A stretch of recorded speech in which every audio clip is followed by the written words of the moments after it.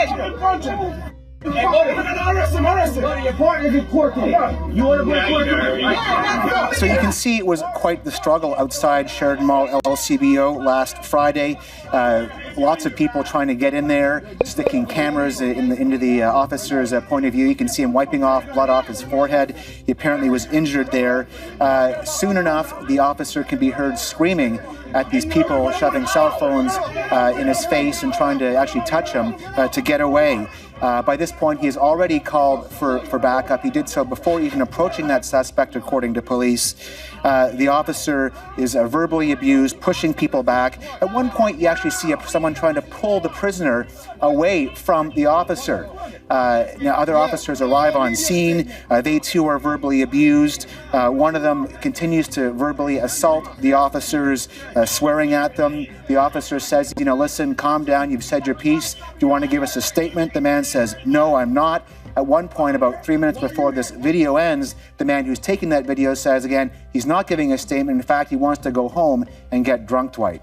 Okay. Now, as we looked at that situation there, whether the officer was wrong or right in initiating that arrest, the reaction of the crowd created a really tense situation there. And it shows us the changing face of policing now, where people are willing to actually try to pull a suspect out of an officer's hand. Yeah, I mean, obviously we've all seen the videos in the U.S. and less so here in Canada of alleged brutality. But obviously for some communities, there's still a lot of tension in the air with police. And we saw that here, whether it was justified or not, well, we never know. Police, though, are saying this officer should be commended. There he was, surrounded by an angry crowd, a mob rather, who was pushing at him, shoving at him, yelling at him. Here's what police spokesperson Mark Pugash told us about half an hour ago.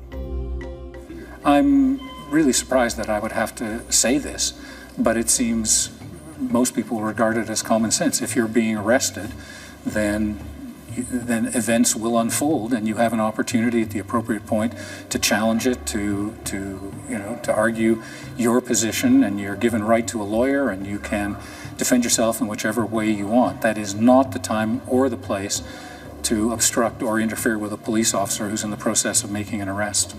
So the person in that video, Dwight, a 25-year-old man of no fixed address, has been charged with resisting arrest and assaulting police.